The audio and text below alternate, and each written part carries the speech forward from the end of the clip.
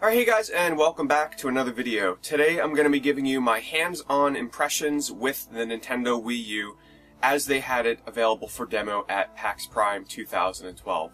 Now, just so you know what to expect for this video, I'm going to be going over games such as New Super Mario Bros. U, Pikmin 3, Project P100, Nintendoland, ZombiU, and more. And be sure to stay tuned for the end of the video because I will be giving you what, in my opinion, is my favorite game that I played at the show for the Wii U. So, let's get started with the Wii U itself, and all the goods and the bads and all the in-betweens. I made sure I went down Friday morning when, you know, the halls opened up for media and press. I went straight to the Nintendo booth to kind of demo it in a nice calm environment where there's not hundreds of people around. And the first game that I jumped on was Project P100, but I'm going to save that one for a little bit later. I think the best game to talk about first is going to be New Super Mario Bros. U. I'm sure a lot of you are pretty curious about this game and how it works with the Wii U controller. Now, one thing to keep in mind is that the people on hand, 95% of them here, are not developers, they're not publishers, they're just people on hand that work for Nintendo to demo these games. So, you know, I'd ask them questions, and for the most part, you can't get too specific with the questions because they just flat out don't know. So I couldn't really grill them on any, you know, big gameplay aspects when it came to these games, but one really took me by surprise, and that's New Super Mario Bros. U. And in a bad way. I started playing the game, and they have it running on the television screen, and they have it running on the Wii U controller. But I started playing it, and I'm like, okay, I'm playing on the Wii U controller. I tried touching the touch screen to see if it did anything. It wasn't doing anything. So I said to the guy, I said, so tell me, he gave me his whole spiel about how when you play multiplayer, you can interact with, you know, one person plays on the touchscreen and helps the other players. And I'm like, okay. So what about single player when you play? You know, what can you do? Any functionalities with the Wii U controller? And he was like, no, unfortunately, single player, you know, you can play on the Wii U gamepad, you know, if your grandma comes in, your mom comes in or something, and they want to watch TV, and you know, you can continue playing on the Wii U gamepad. And I'm thinking to myself, okay, that's one feature that I think maybe 5% of people that are buying a Wii U are actually going to legitimately use the way they intend. So essentially, this game is going to play exactly like New Super Mario Bros. Wii and all the New Super Mario Bros. Games because it doesn't use any touchscreen functionality whatsoever with the Wii U controller. No touchscreen, no motion. In other words, you can either play it on the TV or play it on your Wii U controller. Which I just want to say, the game does look really nice on the Wii U controller. The resolution, it kind of surprised me. It looked like, you know, a PS Vita or something. It looked really nice. And the controller itself for the Wii U felt good. It was not too heavy. It had a cord attached to it, so, you know, it added a little bit of extra weight. But overall, the Wii U controller, it surprised me. For its size, it felt like a really nice game controller. You know, the button layout seemed good. The back of the controller, the grip felt really good. The triggers felt like they were in the right place. The joysticks felt, you know, they felt good. They had good resistance to them. They weren't too, like, loose or anything. Yeah, so New Super Mario Bros. U, the graphics, it just seemed like they had a new shiny coat of paint on them, nothing spectacular. So it's more of what you expect from a New Super Mario Bros. Game, so it was a bit disappointing. Next, I want to move on to talking about Pikmin 3. I'm pretty excited for Pikmin 3. I was a big Pikmin fan when I first picked it up on the GameCube, and I wanted to check this out and see what all the fuss is about, because this is probably the second most anticipated game for most people on the Wii U. And the way they had it set up, they actually have you play with a Wii Remote and Wii Nunchuck, and they had the Wii U controller set up as a mini-map. So you can kind of see where you are on the map, and, you know, you can move it around to see where the objectives are. But as of the demo that they had for PAX, they did not allow you to actually use that as a controller, which I asked, and supposedly the final version will allow you to use the Wii U controller to play this game. But I played it. It was typical Pikmin. I mean, it didn't do anything out of the ordinary. You know, there's a new rock Pikmin that you can use. The game has a new nice look to it. I mean, you can tell it looks a lot better than the GameCube iterations. But one thing I want to say about the Wii U, and this is all games wide that they had on demo. Graphic-wise, I mean, it looked like a Wii with slightly upgraded HD graphics. I mean, I was really not that impressed with most of the games they had there graphically. I think Nintendo's going to have a big problem when it comes to next generation. You know, they're going to get a big step ahead releasing before Sony and Microsoft, but when their consoles come out and games start releasing for all three platforms, I'm not quite sure everybody's ready to kind of jump on buying the game for the Wii U if they own the other consoles. Because let's face it, some people these days, most people, graphics matter. So if you can buy a port for the 3 consoles, you're going to go for the one that has the really, really nice graphics. And unless we, or Nintendo and the Wii U, can really innovate on these controls with the Wii U gamepad, that's going to make people say, I need it on the Wii U because it has X number of functionalities with this Wii U controller. I think Nintendo's going to really have a hard time selling games when it comes to, non-exclusive titles. Getting back to the Pikmin 3, though. The game was fun. I mean, it once again, another game where it's more of the same, and I couldn't demo the Wii U controller for the game, so I'll be picking it up day one, and I just want to say, despite all the things I'm saying about the Wii U, I will still be buying this console day one. I will still be picking up a majority of the launch titles. Almost everything I've played here I'll probably pick up day one. I'm still excited for this console, but I think Nintendo's going to have quite a hill to climb here with the future of the Wii U. Let's move on to Project P100. Now, this is actually the first game that I jumped on to demo the Wii U.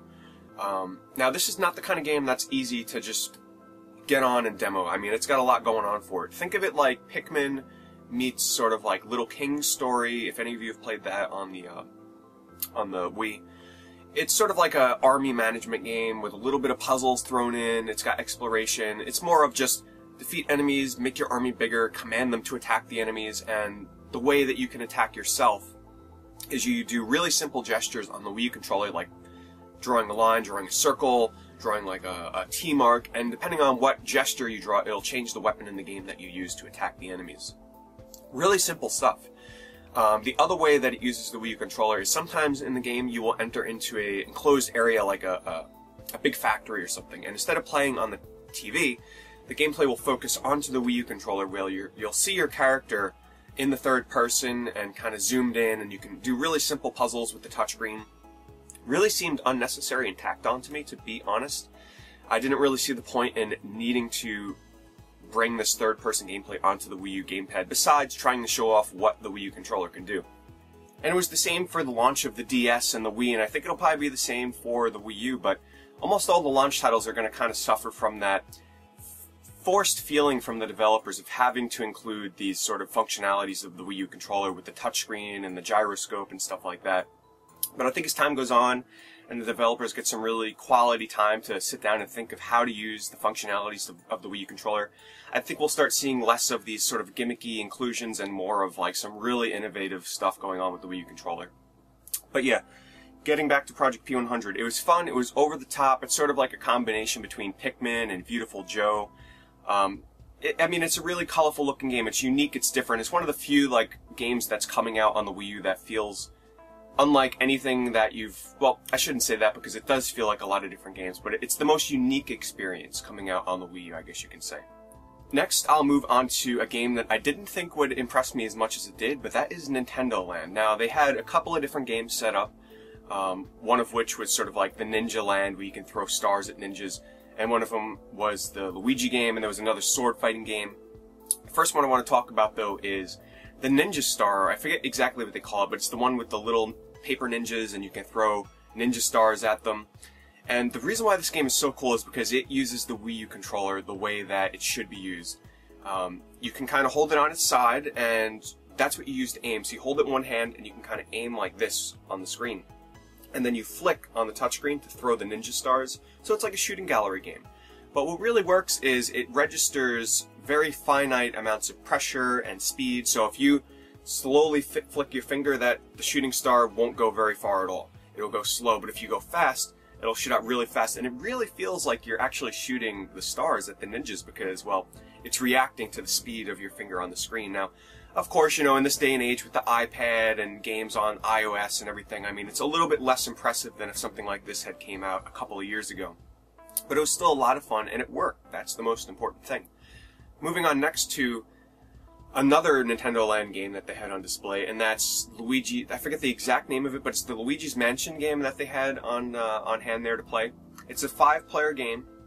And it sort of works like Pac-Man Versus, if any of you remember that from the GameCube, where you kind of link up with the Game Boy Advances, where one person plays as Pac-Man and you can see all the ghosts, and then the people that are playing as the ghosts, you play on the Game Boy Advance and you can't see exactly where Pac-Man is. Well, that's sort of the same deal with this. One person plays as the ghost, and that person plays with the Wii U gamepad, where you can see all the players on screen, but they can't see you. And then the players that are playing with a regular Wii remote and nunchuck can't see the ghost on the television screen.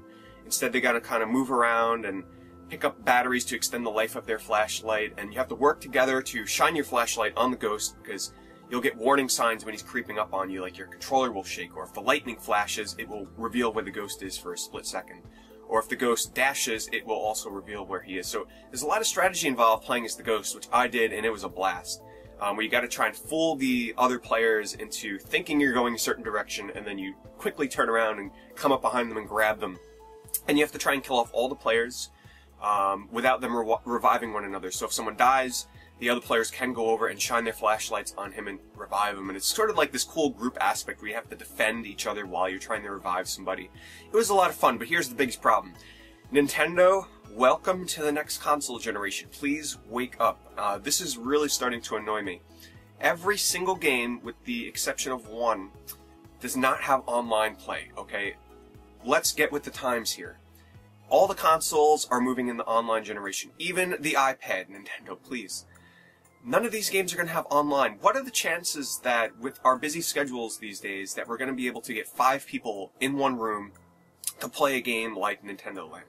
So I don't really know what's going through their heads, and, you know, the higher-ups are thinking, alright, no online, no online. I mean, I don't care. Give me any form of online. I don't care if you give me friend codes and stupid 50-character long passwords that we have to put in to register a friend. I don't care if there's any voice chat or text chat. Just give us online, please. So anyway, sorry about my little mini rant there, but yeah, limiting these games to local only is a big mistake. They also had a sword fighting game there for Nintendoland, but I didn't get a chance to try it, but to me it just sort of looked like a generic Wii waggle fest, because for the most part, everybody except one person is using the Wii remote and nunchuck, which I thought was really interesting. How many of these games are still utilizing the Wii remote and nunchuck? I mean, I understand that they're trying to cater to people that already have a Wii at home, but they're targeting the hardcore audience of gamers, and the hardcore audience of gamers wants to use the Wii U gamepad. They don't want to use the Wii remote and nunchuck from last generation. So, sorry if it seems like I'm being a bit negative here towards the Wii U, but this is just what's going on in my mind, and for Nintendo to exceed, they really need to get on their game with some of these things. Alright, so next I'm going to talk about ZombiU. And this is actually the last game that I played in terms of, you know, the big hitters that are coming out for launch on the Wii U. And a lot of people were saying, you know, it's the best game here for the Wii U, and I tried it out, and it was fun. You know, it's nothing new. I mean, it feels like Resident Evil, old school Resident Evil meets Left 4 Dead, because you sort of have a slow, methodical approach to collecting bullets and having to conserve your ammo and your health. You don't have regenerating health, which is a really cool thing. I definitely like that. You have to search around for ammo, which might be hidden in like the cupboards or in the corners of rooms. There's multiple branching paths where you might find like a secret room where there's like boxes of shotgun ammunition, and you feel like really happy when you find this because ammunition's pretty limited. Once again, no multiplayer apparently. No online multiplayer. Go figure, right? Of course. First-person shooter these days without multiplayer online. Go figure. But the concept is really cool. It's a first-person shooter where if you die, you respawn as somebody else, and you have to try and go back to your body. And your former self that you played as turned into a zombie, so you have to kill yourself and get all your equipment back. I thought that was a really cool aspect. Graphic-wise, it's really nice. The animations on the zombies when they get up close and like grab you, it's really nicely animated. I have to say the graphics on this are pretty nice. I mean, it's on par with an Xbox 360 and PS3 game. In terms of how they use the Wii U remote, what really shocked me was it didn't use any of that stuff where you hold the controller up to the screen to kind of zoom around with like a sniper or a gun or anything like that. All that was not present at the show. But what it did use was, let's say you kill an enemy, or you loot a bag, it'll say, okay, look down at your Wii U controller. So you look down, it shows the contents of what you're looting, and then you simply just drag the equipment from one point on the touchscreen to your bag.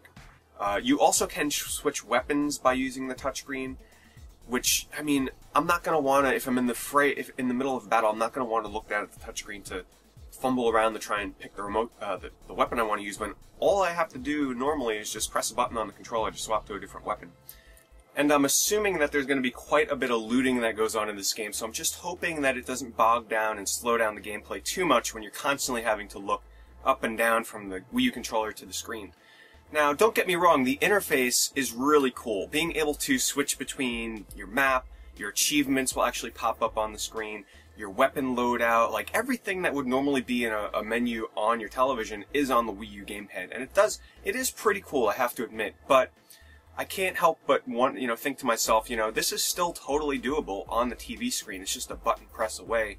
And moving it to the Wii U controller, the only functionality you're gaining from that is a touchscreen. And like I said, since many people these days, many gamers are very accustomed to touchscreens. I mean, we have the 3DS and the DS, we have the Vita, we have the iPad and the iOS devices. I mean, touchscreens are nothing new to us. So, yeah, I'm a bit worried when it comes to that kind of stuff, I have to admit.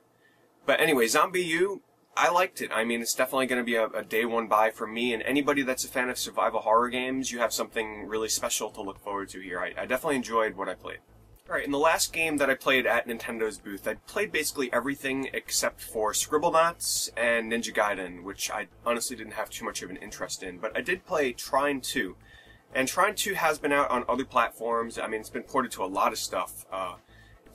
But this is the Wii U version, so I had been hearing from a lot of people that Trine 2 used the Wii U controller the best out of everything that they had on show. So I was really curious to go up and play it. First of all, thank you, third-party developers. There is online in Trine 2. Wow, okay, so now that we got one good aspect out of the way, you'll be able to play this online with friends. Let's get on to the actual game. Trine 2 I have actually never played before. I've never played Trine 1 either, but it is a third-person, side-scrolling action puzzle platformer, I guess is the best way to put it, where you play as, there's a warrior, there's a wizard, and there's an archer. Each one has different abilities to help solve the puzzles and defeat the enemies in the game. And you can play co-op with up to 3 people at the same time, and it's pretty basic, I mean, in terms of the puzzles that you're going to be solving, at least from what I've seen in gameplay and from what I played at the booth. But what really sets it apart in terms of the other versions is that, yes, you can use the Wii U controller. Now, you can either play on your television with the standard Wii U remote without any touchscreen controls or anything like that. Well, actually, sorry, I take that back. You can use the touchscreen controls at the same time, and as you do them on the touchscreen controller, it will show up on the television. But of course, you're going to have to look down to do that and then look back up to keep playing. But it does give you the option to play the game entirely on the Wii U controller. So, it will be running on your TV, or it might not be if you want to do the whole thing where someone watches TV and you play the game at the same time. But you can drag objects around, you can draw platforms with your finger to jump on, you can aim your bow with the archer with your finger. But this whole time I'm thinking to myself, I'm like, I can already do stuff like this with my Vita, with my Nintendo 3DS, and, I mean, so what? I can play a console game on the handheld. I mean, like I said, the amount of people that are going to want to do that are very far in between. I mean, there was no really, big advantage to using the Wii U controller. I actually felt that most of the in-game actions, such as using my bow and stuff like that, actually worked better with just using the controller rather than using the touchscreen, unfortunately.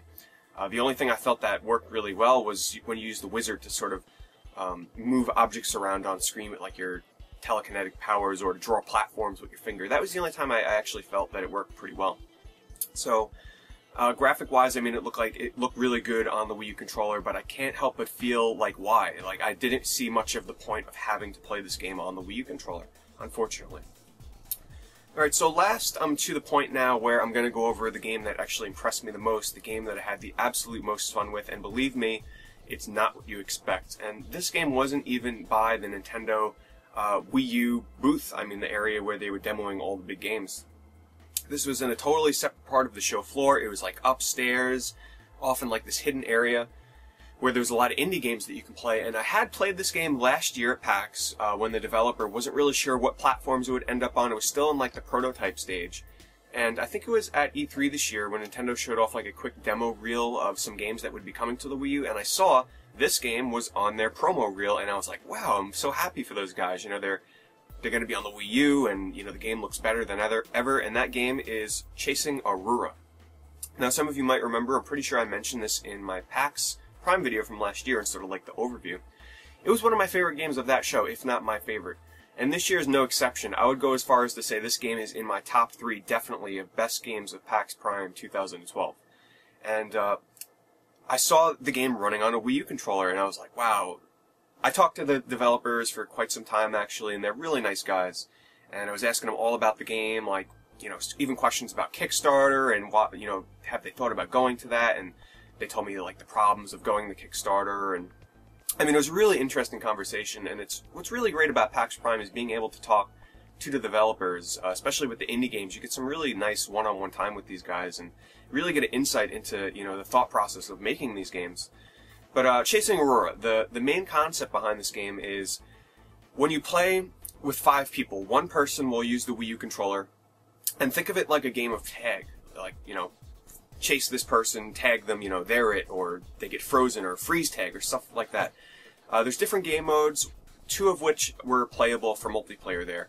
I forget the names for these, but one of them will have you play as this bird, where you can move around freely on the Wii U controller on the screen that you play on. The other players are confined to the television screen, so they sort of have to stay together and stick together, and if they wander off screen, they'll get frozen. The person with the Wii U controller will have to tag them. You knock into them, it'll freeze them in place, and your object is to freeze all 4 of the other players, and you win. Now, if you are playing as one of the people that use the Wii U remote, you can get like this chain with a fireball on the end, and you can kind of whip it around to set the guy that's playing on the Wii U remote on fire, and he'll like fall down, and if you tag your teammates, it'll unfreeze them. It's this unbelievable like sense of teamwork and everything. And I was playing with a group of strangers. I didn't know who they were, but we were talking. They're like, "He's to the right, you know, unfreeze me. I'm down in the bottom right." I mean, it was a blast. I probably played this game for a good half an hour, 45 minutes, and it was a lot of fun. The other game mode is a bit more simple. It's sort of just like a more simple tag mode without like the freezing going on, where each person has like their own screen, so it's broken up into split screen sort of. It was a little less. It wasn't quite as fun as the freeze tag mode. That mode was a blast. Now there is a single player where it doesn't have. From what I understand, it's going to have sort of like a time trial mode where you fly through these gates and everything. And I mean, it's a pretty simple game. Now I should have mentioned this from the start. This is a downloadable game that's aiming for a Wii U launch game for their downloadable channel. And there's not going to be many of those games, from what I understand from when I talked to one of the developers. If they make Wii U launch, they'll be one of the few games that will be available at launch, and that's really important. That's a big deal to make a launch. It sells a lot more copies, that's for sure. But this game, it was simple. The premise was so simple. It's a really nice, clean-looking game, and it's a lot of fun. Biggest problem, no online. So yeah, unfortunately there won't be any online multiplayer, but I talked to them, and you know, for a small 5-man team, it just wasn't doable for them to meet the launch, or even within the launch window. It's too much resources to try and fit that into the game for them. But I have to say, guys, I was really impressed by this game. It's so funny how the most simple, you know, concept of a game available to play for the Wii U is my favorite. I mean, it was just a lot of fun. So yeah, look forward to Chasing Aurora. If they don't make the Wii U launch, definitely look out for it in, you know, the next month or two after the Wii U launch to download it. And, you know, supposedly they don't have a price in mind for it, but my guess it would probably be around the $10 mark. That's just my guess. So yeah, guys, that will conclude my Wii U hands-on impressions from PAX Prime 2012. I hope I didn't sound too critical of this console, but I think it's important for people to know, you know, what the problems are with the Wii U and what the good points are. You know, the console, to me, I will still be buying it day one. I'm anticipating it without any doubt. I'll be picking up basically every title that I mentioned in this video. But Nintendo still has a lot of learning to do if they want to succeed in the next generation. They might have the head start. That is definitely very helpful. But once the next generation of consoles start rolling out, they might be in trouble. So hopefully they can get all these kinks worked out, you know, within the first year that the Wii U is available. So we still don't have a release date. We still don't have a price. But I mean, at least we're able to see what games we can anticipate on the launch. Anyway, guys, thanks for watching, and I will see you all soon with more PAX Prime videos coming up here shortly.